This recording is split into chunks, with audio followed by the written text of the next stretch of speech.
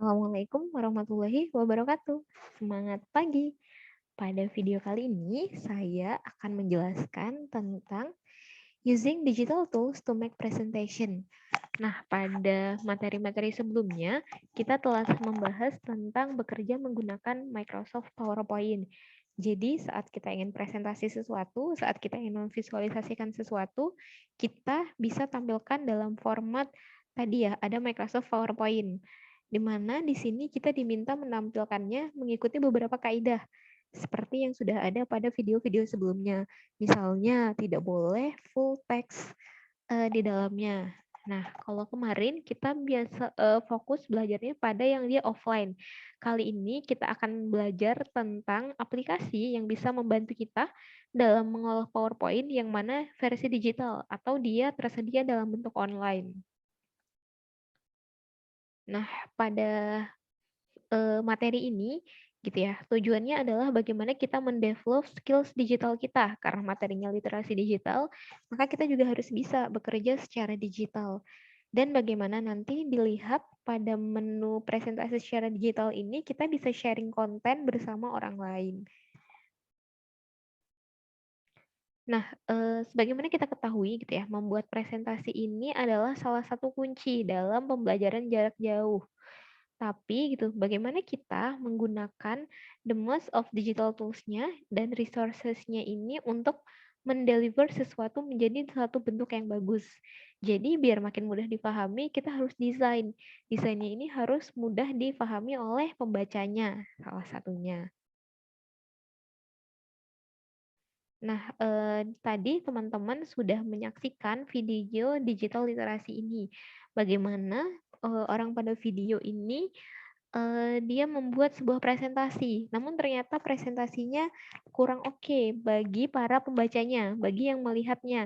Karena apa? Karena tadi terlalu banyak teksnya. Maka akhirnya beliau gitu ya melakukan pengeditan, dilakukan secara digital, ditambahkan foto-foto, di crop fotonya gitu ya. Sehingga tampilannya jadi lebih bagus. Nah, tadi dari soal kuis juga gitu ya, sudah ada beberapa pertanyaan, mungkin sedikit kita kilas gitu ya.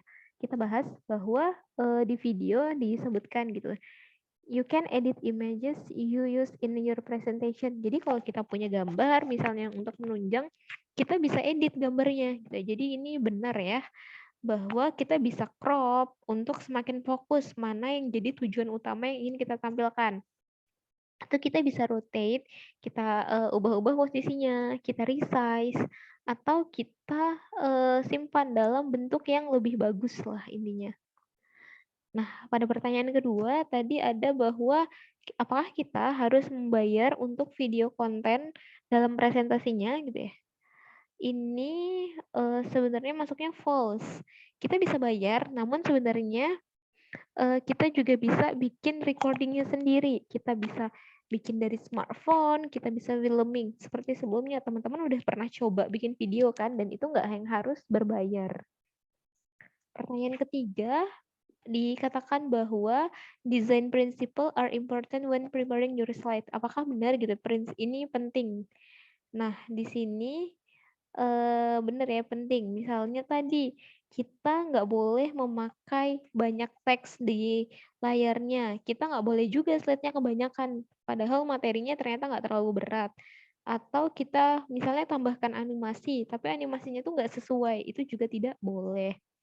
Dan yang paling penting adalah kita make sure structure-nya ini benar. Jadi misalnya terarah nih dari awal sampai nanti ada kesimpulan akhirnya. Nah, berikut ini ada 5 tips untuk perfect presentation-nya. Yang pertama, kita bisa tambahkan gambar. Jadi tadi ya, tambahkan gambar ke presentasinya untuk menarik minat audiensnya. Misalnya ini, materinya tentang visualisasi data. Kita tambahkan gambarnya tentang visualisasi.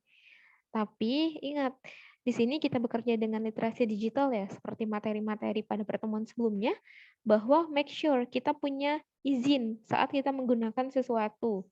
Nah, jadi misalnya kita ambil gambar itu, kita pastikan gambarnya itu tidak melanggar hak cipta orang lain.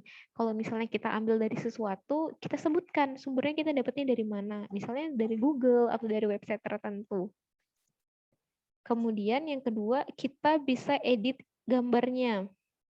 Ada banyak sekali software yang dapat kita gunakan untuk crop, untuk rotate image-nya, agar dapat tampilan yang lebih bagus. Yang ketiga, kita bisa tambahkan video atau audio. Misalnya nih, saya sekarang sedang nggak bisa tatap muka langsung sama teman-teman. Jadi, pada materi-materi presentasinya ditambahkan video, audio, yang harapannya dapat membuat, lebih mudah, teman-teman memahaminya. Atau gitu ya, di sini kalau misalnya di kali ini saya rekam sendiri. Jadi kita bisa rekam dengan smartphone atau tadi kita gunakan video yang udah ada. Tapi tadi kan biasanya saya video nggak langsung saya upload dan nggak saya klaim punya saya, tapi saya ambil videonya dari YouTube-nya langsung ke link-nya sana. Jadi teman-teman tahu bahwa ini sumbernya ada di sana gitu. Yang keempat, pastikan kita mengikuti ini ya tadi, good design principle. Nggak boleh banyak teks, jangan terlalu banyak slide, jangan animasinya tumpang tindih. Dan terakhir, kita bisa gunakan online tools, yang mana mungkin kalau misalnya kita install, mungkin laptopnya ada yang nggak punya atau ada yang kurang ini. Nah, kita bisa pakai yang versinya online. Ini juga akan semakin menyempurnakan presentasi kita. Nah, salah satunya yang biasa saya pakai itu adalah namanya Canva. Di sini kita bisa gunakan untuk merencanakan PowerPoint kita desain, dan bisa juga kita gunakan untuk presentasi. Misalnya saat ini saya sedang menggunakan fitur presentasi dari Canva-nya. Kenapa saya rekomendasikan Canva gitu ya? Karena Canva ini selain ada versi yang bisa dibuka dari laptop, dari website canva.com-nya, dia juga ada aplikasinya. Jadi teman-teman bisa install aplikasinya Canva, dicari di Play Store, itu ada. Jadi teman-teman juga bisa modifikasi slide-nya dari smartphone-nya masing-masing.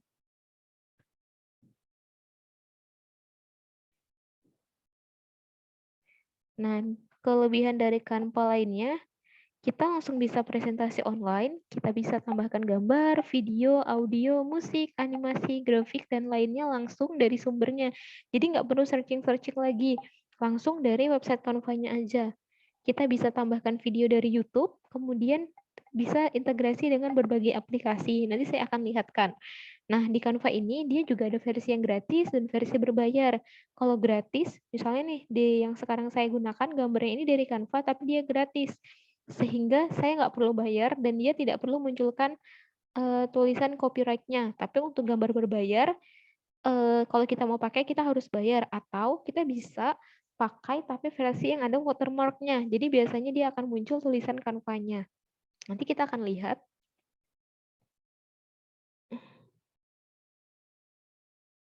Nah, selanjutnya kelebihan lain dari Canva-nya adalah kita bisa langsung gunakan untuk presentasi. Ini ya sekarang saya bisa presentasi langsung, terus dia terkoneksi. Saya bisa buka di laptop, saya bisa buka di handphone saya, kemudian kita bisa edit-edit. Formatnya bisa PDF, bisa dalam format video, tergantung kebutuhannya. Kemudian kita juga bisa nih make it extra with magic shortcut. Jadi dia juga ada beberapa shortcut yang bisa dipakai yang ini saat kita editnya. Dan yang terpenting adalah dalam era literasi digital kita bisa collaborate in real time. Jadi nanti kita bisa lihat di sini kita bisa sharing filenya. Misalnya kita kerja kelompok gitu ya. Nanti teman-teman bisa sharing ke temannya. Jadi si A bisa ngedit, si B juga bisa ngedit. Lalu kita bisa record dari sini. Dari ininya ada menu recordingnya dan kita bisa share linknya.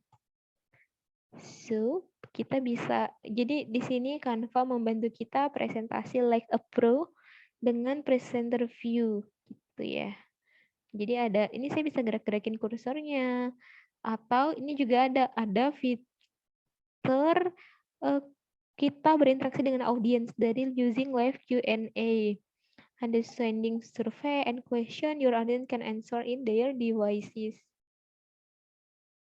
Baiklah, nah ini saya selanjutnya akan lihatkan ya untuk versi tampilan Canva-nya. Oke, dari laptop teman-teman bisa akses Canva dari canva.com. Nah, nanti tampilannya akan seperti ini ya. Nah, langsung terlihat nih, what will you design? Ada home, design, template, feature. Untuk presentasi, kita bisa pilih template-nya di sini dia ada. Atau ini desain, ada office nih. Kita pilihnya biasanya yang presentation. Kita bisa pilih yang lain sebenarnya, namun agar dia bisa di-convert ke dalam menu PowerPoint, maka pilihannya adalah yang ini, yang presentasi. Ada banyak feature sebenarnya di sini. Nah, kalau kita mau buka dia secara website, tapi kita juga bisa download. Jadi dia kayak semacam aplikasi yang terpasang di laptop kita. Kita bisa download. Ini ada Canva for Mac, Canva for Windows, dan yang terpenting teman-teman bisa ini editnya dari ke handphone pakai ini ya tadi sorry Canva for Android.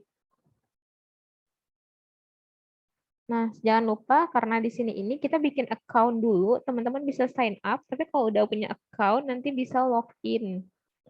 Ini saya mau tampilkan kalau di menu belum daftar, kita bisa pilih presentasi. Nah, ini kita create presentasinya. Ada banyak nih nanti kelihatan bla bla bla dilihat ke bawah, tapi kita bisa pilih yang ini dulu. Nah, lalu akan muncul tampilan seperti ini. Ini boleh di-close dulu. Ini karena tadi kita mau daftar, jadi dia mau kasih tour. Nah, ini kita skip aja. Nah, lihat ini di template, ada banyak sekali template-template yang bisa teman-teman pilih. Mau pilih template yang apa? Let me choose salah satu aja ya. Misalnya, ini simple presentasi.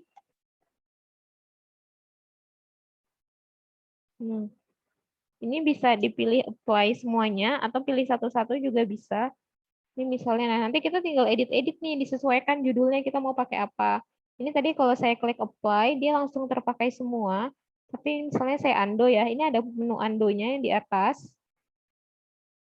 Nah ini misalnya saya mau satu-satu, jadi saya klik gitu. Nanti ini bisa ditambah nih slide keduanya, pakai yang ini. Atau misalnya kita mau ganti tema, ini juga tinggal diklik. Pilih nih template-nya, ganti tema, misalnya ini.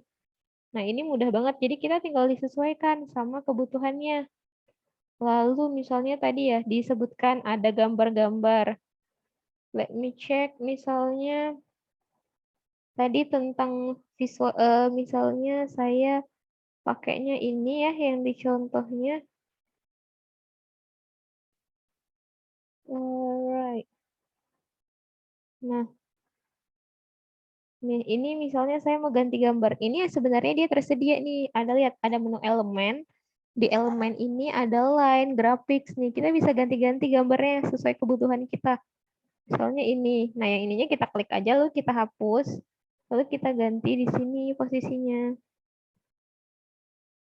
Nah, ini juga kita bisa pilih nih, ada foto. Kalau mau bentuknya foto misalnya. Ini ada banyak, terus dia ada grafik yang model-model gini, video. Kita juga nanti bisa tambahkan lagu dari sini, ada macam-macam lagunya. Nah, mudahnya adalah ini ada fitur searching ya. Jadi kita bisa tulis nih judulnya. Misalnya ada statistik. Kalau saya kan dari statistik nih, saya bisa klik statistik. Nanti dia akan kasih rekomendasi gambar, foto. Ini kalau mau lihat, ini foto tentang statistik.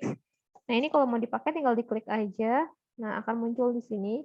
Atau misalnya mau ditaruh jadi di dalam background-nya. Nah, tinggal diklik, masukkan. Atau grafik gitu ya.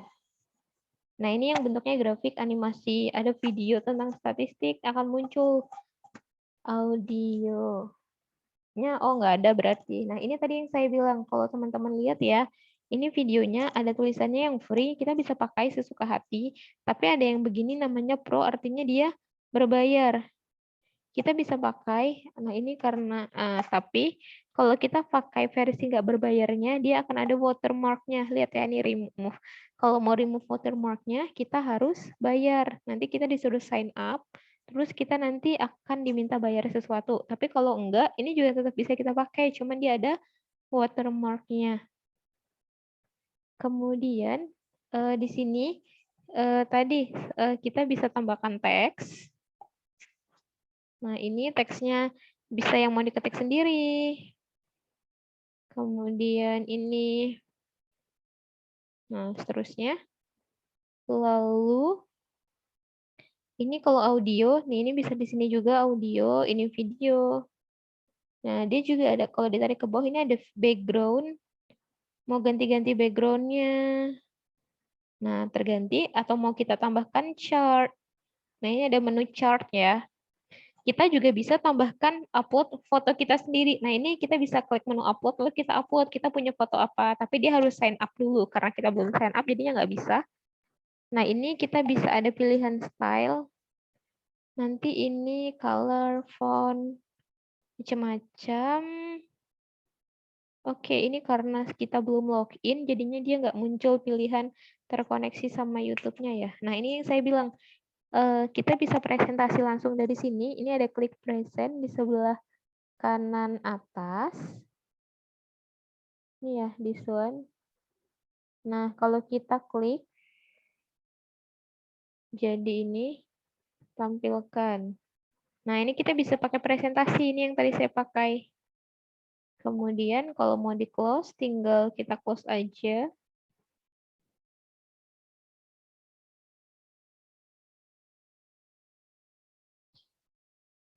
Nah, sekarang saya tampilkan versi punya saya ya. Punya saya yang dia udah login nih. Kalau kita mau presentasi ini. Nah, ini yang saya bilang kita bisa sharing sama orang-orang. Jadi misalnya teman-teman ngerjainnya kerja kelompok. Di sini tinggal ditambahkan temannya, diundang lewat email. Misalnya gini.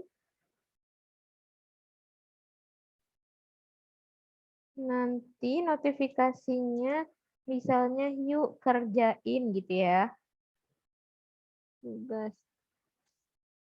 Nah, ini kita invite to team, nanti kita kirim, dia akan dapat notifikasi di email. Nanti notifikasi di emailnya tinggal dibuka, dia akan juga bisa ikut ngedit-ngedit yang di sini. Nih bisa lihat ya. Nih misalnya saya udah tambahkan beberapa orang, nah ini ada timnya. Misalnya yang ini dia bisa edit, nanti pilih can edit. Atau misalnya ada yang cuman bisa view aja gitu. Nah ini memudahkan kita, makanya kalau kerja kelompok nanti bisa sambil sharing-sharing di sini aja. Lalu kalau kita klik yang ini, menu titik 3, nah ini ada menunya presentasi. Ini kalau kita mau download, downloadnya bisa format PDF, bisa JPG, PNG, kita juga bisa ubah dalam bentuk video nih, Sempa. Nanti dia kayak gerak-gerak sendiri. Terus kita juga pilih mau di-download semua atau slide tertentu aja. Lalu kita, ini ada menu, ini tampilkan dan record. Nah ini jadi kalau saya tampilkan gitu ya, nanti saya bisa bikin recordingnya. Nih, nanti go to recording, ada recordingnya. Lihat ini jalan ya. Nah, ini kita bisa setup kameranya dan mikrofonnya. Nih, back to editing. Nanti jadinya orang bisa kita kasih akses.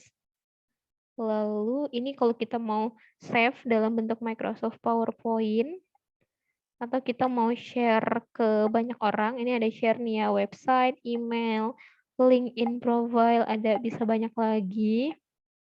Atau misalnya teman-teman mau kirim ke saya gitu ya. Nah, ini bisa aja share link. Share link. Nah, ini nanti dapat linknya di copy. Terus misalnya saya minta teman-teman bikin, jadi nanti teman-teman bikin di sini, nggak perlu dikasih filenya, dikasih linknya ini aja. Nanti jadi saya juga bisa lihat punyanya teman-teman. Nah, ini ya tadi saya mau lihatkan di upload. Kalau kita udah punya banyak data, nanti kita bisa upload. Kalau kita bisa record ini.